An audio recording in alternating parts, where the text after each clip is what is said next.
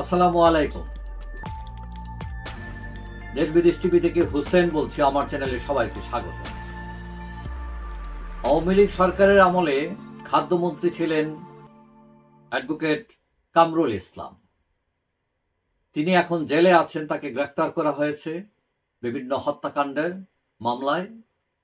এবং আজ বুধবার, আজকে আমরা দেখলাম যে ঢাকার চিফ মেট্রোপলিটন ম্যাজিস্ট্রেটের আদালতে তাকে নেওয়া হয়েছে এবং সেখানে তিনি হঠাৎ করে পুলিশের ওপর খুবই উত্তেজিত হয়ে যান এবং কথা বলেন।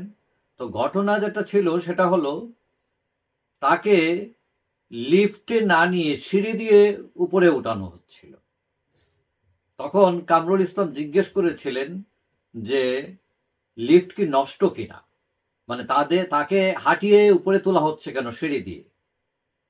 এবং তিনি খেপে যান, বলেন এটা কি ফাইজলামি, এবং 2 তলার কথা বলে 4 তলায় তুলতেছে, তো তোমরা তুলতেছ, এবং ইতরামির একটা সীমা থাকা দরকার, সীমা থাকা উচিত।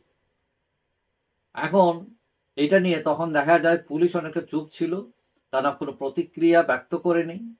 এখন প্রশ্ন উঠেছে, তিনি একজন বয়োজ্যেষ্ঠ মানুষ, তো যদি লিফট চালু থাকে, এবং লিফট চালু ছিল যা বোঝা যাচ্ছে, তাকে লিফটে না তুলে তাকে হাঁটিয়ে 4 তলা পর্যন্ত তোলা, মানে একজন মানুষ, বয়োজ্যেষ্ঠ মানুষ, এটা তো তার কষ্ট হওয়ার কথা।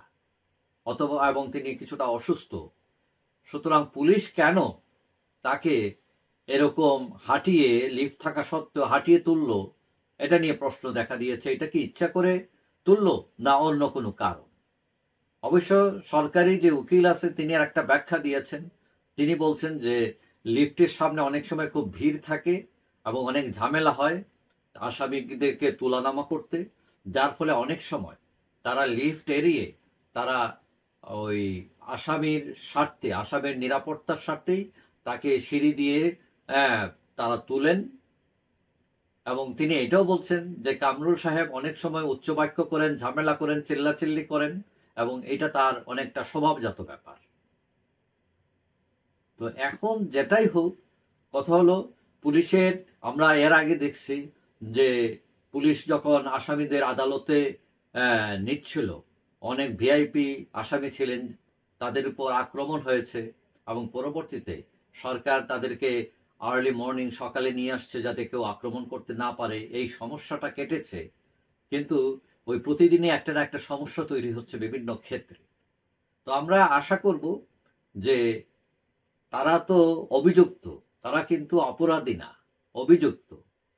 তারা যে অপরাধী এটা কিন্তু এখনো প্রমাণিত না। সুতরাং তাদের প্রতি যাতে সুবিচার করা হয় এবং তারা যাতে স্বাচ্ছন্দ্যে আদালতে যেতে পারেন, আবার আদালত থেকে ফিরতে পারেন, এটা নিশ্চিত করা সরকারের দায়িত্ব।